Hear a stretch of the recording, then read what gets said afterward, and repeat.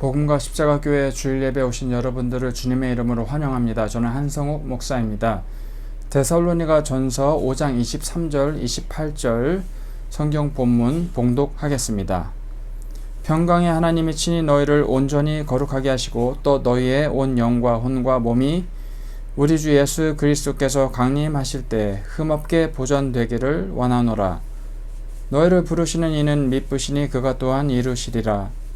형제들아 우리를 위하여 기도하라. 거룩하게 입맞춤으로 모든 형제에게 문안하라. 내가 주를 힘입어 너희를 명하노니 모든 형제에게 이 편지를 읽어주라. 우리 주 예수 그리스도의 은혜가 너희에게 있을지어다. 아멘. 하나님의 말씀입니다. 바울이 2차 선교 여행을 갔을 때 예수의 영이 허락하지 않아서 아시아로도 가지 못하고 비두니아로도 가지 못하고 계속 앞으로만 전진을 했습니다. 그러다가 그 땅의 끝인 드로아에 도착을 했습니다. 더 이상 앞으로 갈 곳이 없어요. 그래서 드로아에서 머물면서 이제 어느 방향으로 가야 할지 막막했습니다. 그러다가 그날 밤에 바울이 환상을 보았습니다. 마게도냐 사람 하나가 나타나가지고 이리로 와서 우리를 도우라 라고 말을 하는 것을 봅니다. 그래서 배를 타고 마게도냐로 건너갑니다. 이 마게도냐는 그리스 북부 발칸반도에 있던 고대 국가입니다. 그러니까 마게도냐가 기원전 146년경에 로마에 의해서 점령을 당합니다. 그래서 이 마게도냐가 이제 속주가 됐어요. 로마의 속주가 됐는데 마게도냐 주의 주도가 바로 데살로니가라는 이 도시입니다.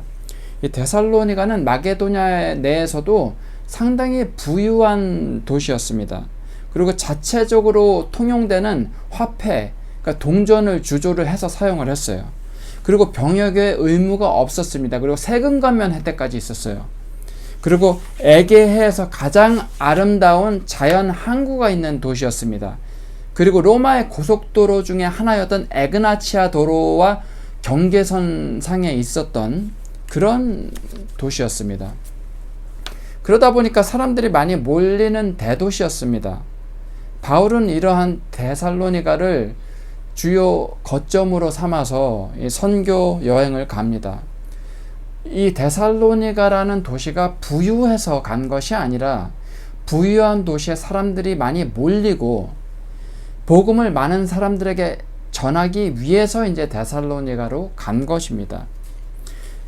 지금도 전 세계적으로 많은 사람들이 점점 도시로 몰리고 있습니다. 1950년대에는 도시에 살던 사람들의 비율이 전 세계적으로 전 세계 인구의 3분의 1 정도였다고 합니다. 근데 2007년에 50% 이상이 됐다고 합니다. 그러면 이제 지금 이러한 추세라면은 2050년경에는 전 세계에서 이제 도시에 사는 인구가 70% 정도가 될 것이라고 예측을 많이 합니다. 그래서 사람들이 도시로 많이 몰려 있어요. 그리고 그곳으로 가면 복음을 전하기 위해 많은 사람들과 접촉할 수 있는 기회가 더 생겨나게 돼요. 그래서 바울이 살던 고대 도시에서도 이렇게 바울이 했듯이 지금 이 전략이 오늘날에도 유효합니다.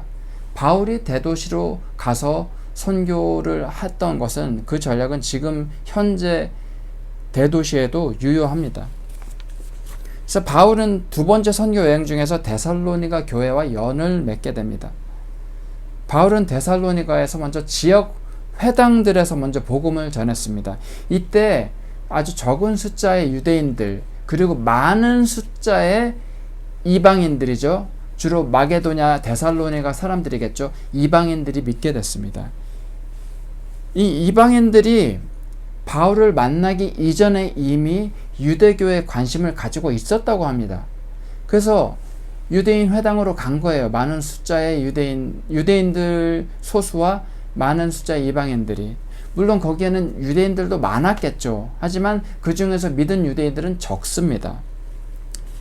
그래서 이제 믿게 된 이방인들이 데살로니가 교회의 대다수를 차지했다고 합니다. 마침 안 그래도 유대교에 관심이 있어서 회당에 갔는데 바울이 와서 복음을 전한 거예요. 그리고 이방인들이 많이 믿게 돼서 이제 데살로니가 교회가 세워졌습니다. 이제 데살로니가 교회를 향한 환난과 핍박이 있었다고 합니다. 믿는 자들이 늘어났지만 데살로니가의 교회가 세워졌지만 핍박과 환난이 이어졌습니다. 왜냐하면은 유대인 회당의 지도자들은 자신 유대인들 신자들을 잃어버렸잖아요. 안 좋아하죠.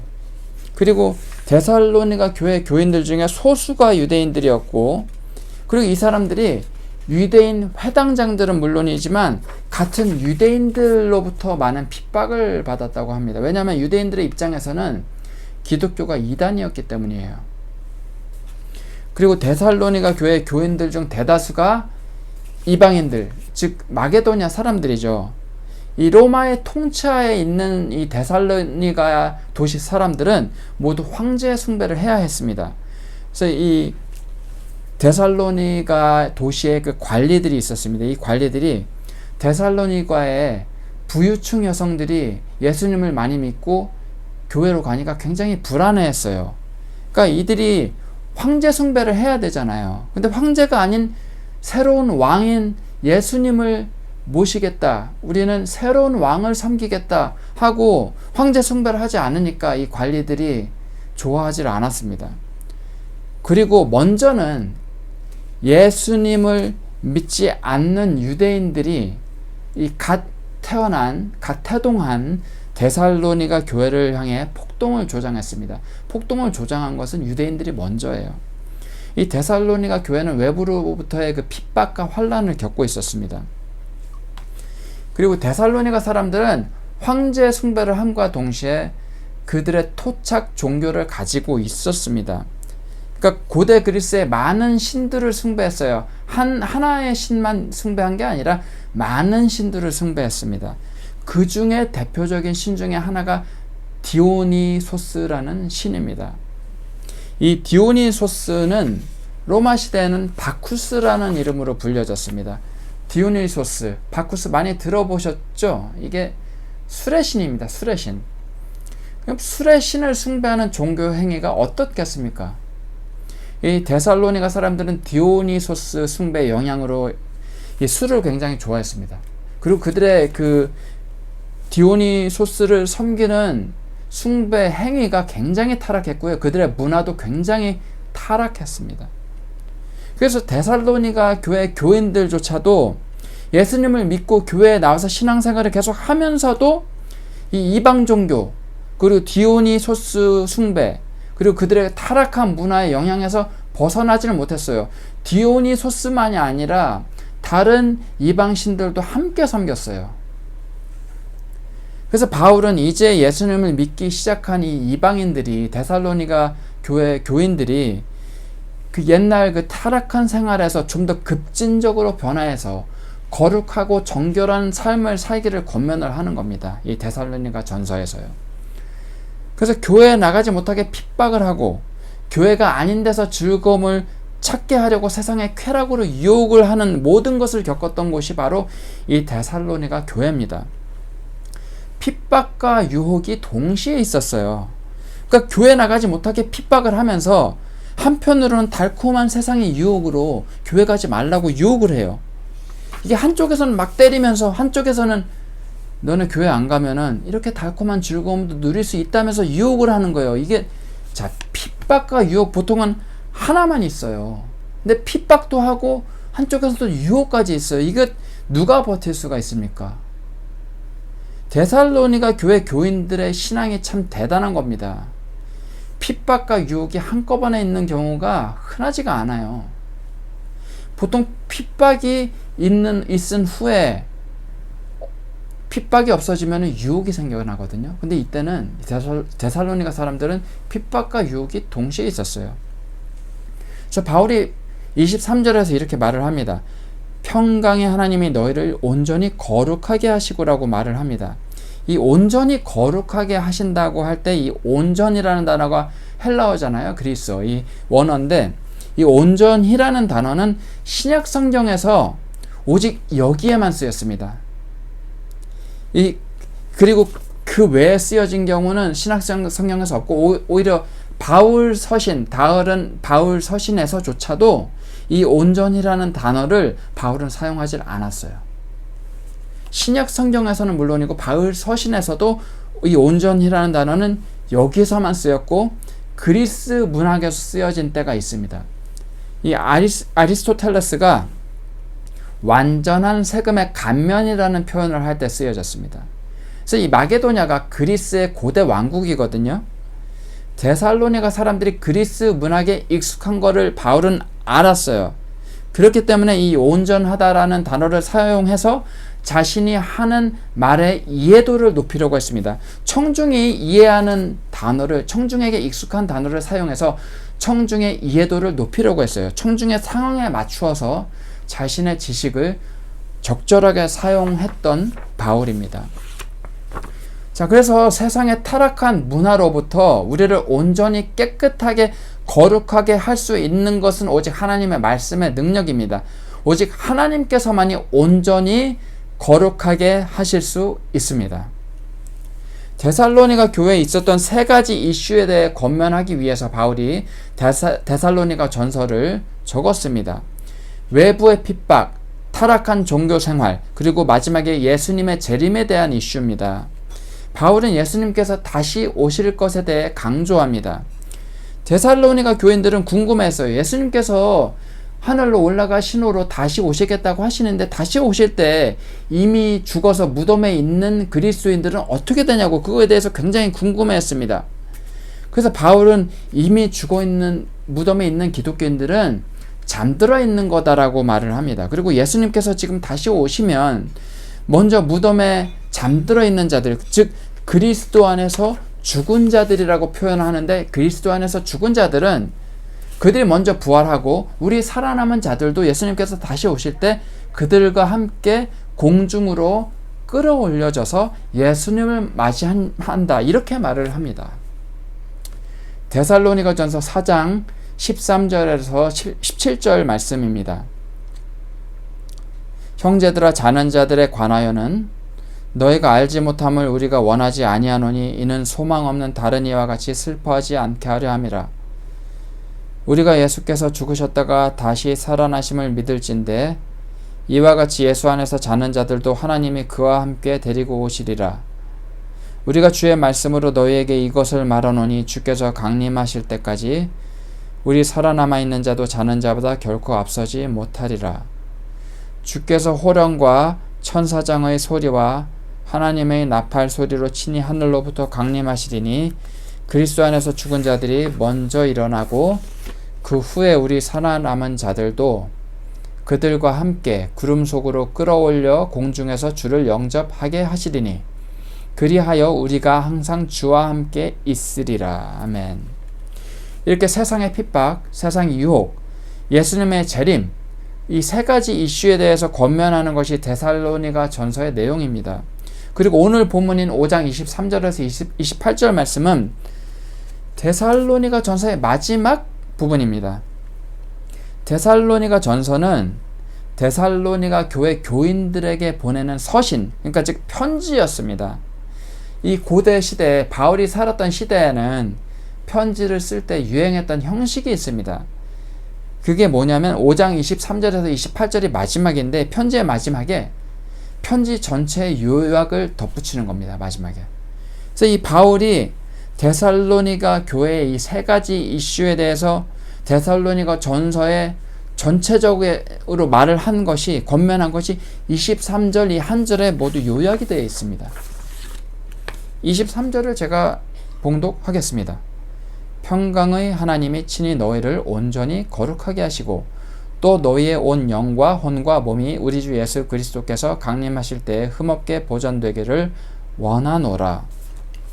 세상의 핍박으로부터의 보호, 그리고 우상숭배와 타락한 생활로부터의 온전히 거룩하게 됨, 예수 그리스도께서 강림하실 때의 영과 혼과 몸이 흠없게 보존됨, 이 데살로니가 전서에 나온 세 가지 이슈에 대한 권면이 짧게 이 한 절에 모두 요약이 되어 있습니다. 또한 데살로니가 전서 5장 26절에 이제 거룩하게 입맞춤으로 모든 형제에게 문안하라 라고 말하며 이제 편지를 마무리합니다. 고대 여러 나라들에 있었던 풍습이 뭐냐면은 만날 때 그리고 헤어질 때 인사를 하면서 입맞춤을 합니다. 이게 고대 여러 나라들의, 이스라엘만이 아니에요. 고대 여러 나라들에 널리 퍼져 있던 풍습입니다. 그래서 바울이 여기서 거룩하게 입맞춤으로 문안하라라고 말을 하는데, 다만 여기서 바울이 말하는 뜻은 문자 그대로 입맞춤을 하며 문안하라 이 뜻이 아니에요. 그러니까 믿는 신도들 간에 지금 다툼과 분쟁이 있잖아요. 예수 그리스도의 다시 오심에 대한 의견이 달라서, 삶의 생활 방식과 태도가 달라서, 라이프 스타일이 달라서 믿는 신도들 간의 다툼과 분쟁이 있는데 이제는 화해하고 연합해라 이렇게 권면을 하는 겁니다. 데살로니가 교회 교인들 내에서 그리스도의 재림과 관련해서 삶의 모습들이 달랐어요. 그들 내부 간의 분쟁과 갈등이 있었습니다. 뭐냐면은 어떤 사람은 이제 예수님께서 곧 오실 텐데 뭐하러 열심히 일을 하냐, 그냥 벌어놓은 거 가지고 먹고 살면 되지, 그리고 재물도 모을 필요가 없다, 뭐 이렇게 말을 하는 겁니다. 그래서 이런 삶의 태도, 그리고 재물에 대한 삶의 태도, 재물을 대하는 태도가 달랐기 때문에 이 예수님의 다시 오심과 관련해서 태도가 달랐어요. 그 의견들이 달랐어요. 거기서 오는 갈등과 분쟁이 데살로니가 교회에 있었습니다. 그래서 23절에서 바울은 평강의 하나님의 능력에 대해 말합니다. 평강의 하나님, 평화, 즉 샬롬이죠. 평화의 하나님이 너희를 평안하게 하실 것이다. 너희가 다툼과 분쟁 가운데 있는데 평화의 하나님, 평강의 하나님께서 너희를 화해하고 연합하게 하실 것이다. 이렇게 말을 하는 겁니다. 평강의 하나님이라는 그 표현에 이러한 뜻이 숨어 있는 겁니다. 그래서 모든 다툼과 갈등이 있는 곳에 오직 그리스도 안에서만 평화가 있을 수가 있습니다. 예수님께서는 하나님 아버지와 인간들 사이에 화평을 이루신 분이십니다. 능히 예수 그리스도 안에서 모든 교회는 평화를 누릴 수가 있습니다. 교회 못 나가도록 교회를 핍박하고 세상의 유혹이 끊임없이 있고 교회 안에 다툼과 갈등이 있었던 데살로니가 교회, 그리고 부유한 도시에 있었던 이 데살로니가 교회, 이 교회를 생각하면은 지금 이 시대에 많은 교회들을 떠올리게 됩니다. 교회가 핍박받을 때, 우상숭배로 인해서 유혹을 받을 때, 교회 안에 다툼이 있을 때 우리는 누구를 필요로 합니까? 우리의 능력으로는 이 모든 것들이 해결이 안 됩니다. 이때 저희는 예수님이 필요합니다. 핍박과 유혹과 다툼 가운데서도 평강의 하나님의 능력 안에 온전히 거하는 저와 여러분이 되시기를 주님의 이름으로 축원합니다. 예수님의 은혜 안에 온전히 거함으로 핍박, 유혹, 분쟁의 위기를 온전히 넘기는 저와 여러분이 되시기를 주님의 이름으로 축원합니다. 기도하겠습니다. 사랑과 은혜가 풍성하신 하나님, 예수 그리스도의 구원의 은혜로 인해 감사드립니다. 세상의 위협과 핍박, 세상의 유혹, 성도 간의 다툼과 분쟁 가운데서도 오직 평강의 하나님께서 저희를 거룩하게 지켜주시고 화평하게 하실 줄을 믿습니다. 저희는 오직 주 예수 그리스도의 능력과 그 은혜에만 의지합니다. 예수님의 은혜에 감사드립니다. 예수님 이름으로 기도합니다. 아멘.